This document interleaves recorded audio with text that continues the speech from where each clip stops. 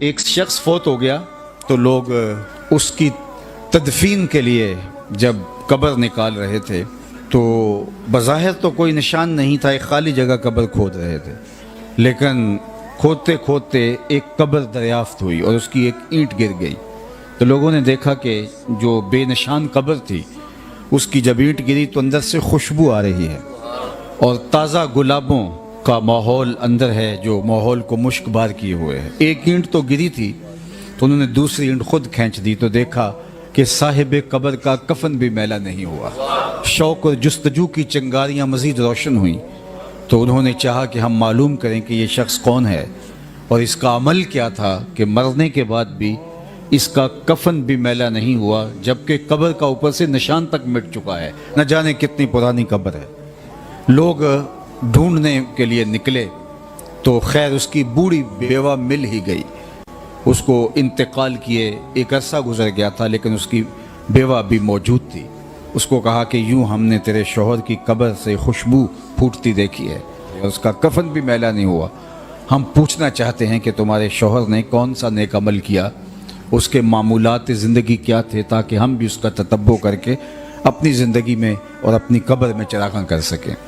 تو اس نے اپنے ذہن پہ زور دیا اور کہا کہ میرا شوہر کوئی پڑھا لکھا شخص نہیں تھا، عام سا مسلمان تھا، وہ تو قرآن مجید بھی پڑھا ہوا نہیں تھا، لیکن ایک بات مجھے یاد آئی کہ فجر کی نماز کے لیے جب وہ مسجد میں جاتا اور نماز کے بعد نمازی قرآن کھول کے بیٹھ جاتے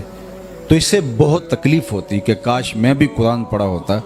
تو میں بھی قرآن کھول کے بیٹھتا، قرآن پڑھتا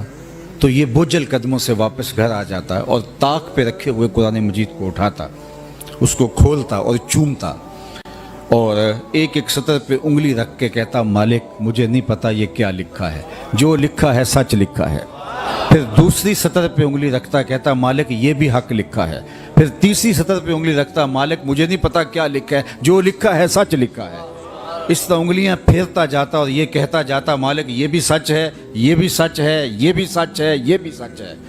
کہا اس کے بعد اس کی آنکھوں میں آنسو ہوتے اور وہ بند کرتا اور طاق پہ رکھ دیتا، یہی اس کا معمول تھا۔ آج اس کی قبر میں چراغاں ہیں، اس کی قبر میں خوشبوئیں پھیلی ہیں، قرآن سے اس محبت کی وجہ سے۔ مجھے بتاؤ جو دن کے اجالوں میں اور رات کی تنہائیوں میں قرآن پڑھتا ہے، اللہ اس کی قبر میں کتنی روشنیاں فرمائے گا۔ اللہ اکبر! یہ کتاب ہماری زندگی میں اگر آ جائے اور ہم اس کتاب کے مطابق اپنی زندگی کو ڈھال لیں تو کوئی وجہ نہیں ہے کہ ہم دنیا کی غالب قوم نہ بن سکے۔